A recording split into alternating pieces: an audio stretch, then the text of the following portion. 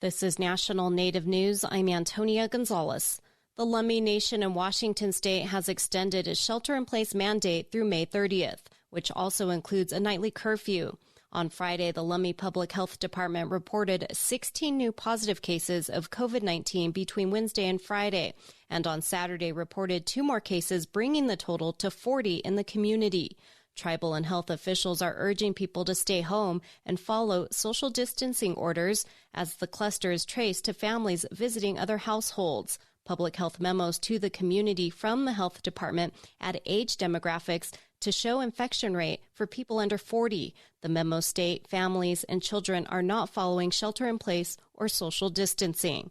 Lummi Business Council Chair Lawrence Solomon, in a video message Friday, said he's deeply concerned. Please understand that the measures we are taking to protect you and your loved ones, I understand that it's against our culture to stay away from our sisters, brothers, mothers, fathers, grandparents, grandchildren, aunties, uncles, and cousins. But if you do not live in the same household, you need to refrain from visiting for this short period of time. The Lummi Public Health Department had not reported new positive cases in weeks.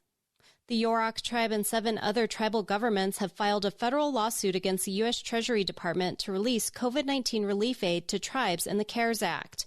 The $8 billion set aside for tribes was to be distributed by April 26th. According to the tribe, a separate lawsuit involving the inclusion of Alaska Native corporations held up funding.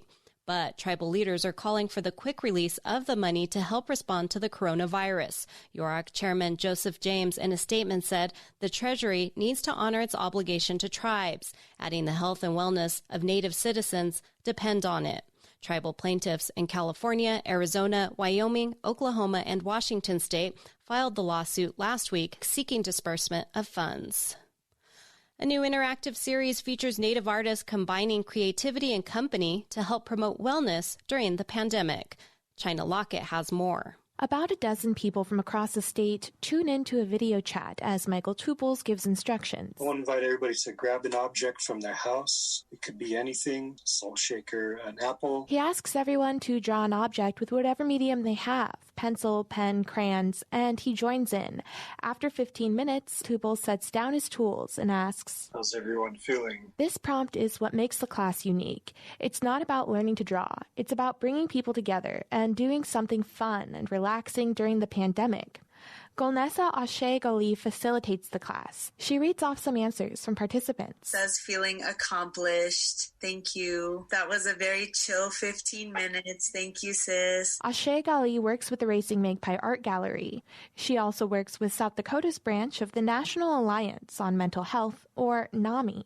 It's an organization that provides education and support to people with mental illness. Both organizations are teaming up for the virtual wellness workshop. Creating, whether it's writing or drawing or painting, is an opportunity to tap into oneself and to be able to do that safely because you have control, you have your foot on the gas and the brake, and you can decide how deep you want to go, when you need to pull back, how you want to engage, especially if workshops are being facilitated safely and consciously. The wellness workshops are open to the public. 3 more artists are scheduled through May. I'm China Lockett in Rapid City. And I'm Antonia Gonzalez.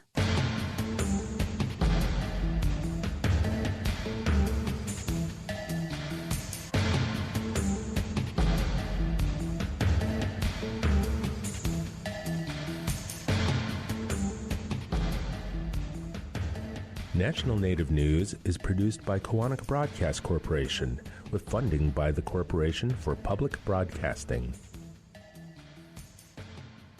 Hey, Ivan. Good to see ya. You too. What brings you here? I'm informing people about the 2020 census. The census? Yeah, everyone knows about that. They don't. They really don't. But I do. And when we participate, it helps determine funding. For things like grants and programs in our communities. Cool, that's good to know. The census is for all American Indians and Alaska Natives. Shape our future. Start here. Complete the census at 2020census.gov. Paid for by U.S. Census Bureau.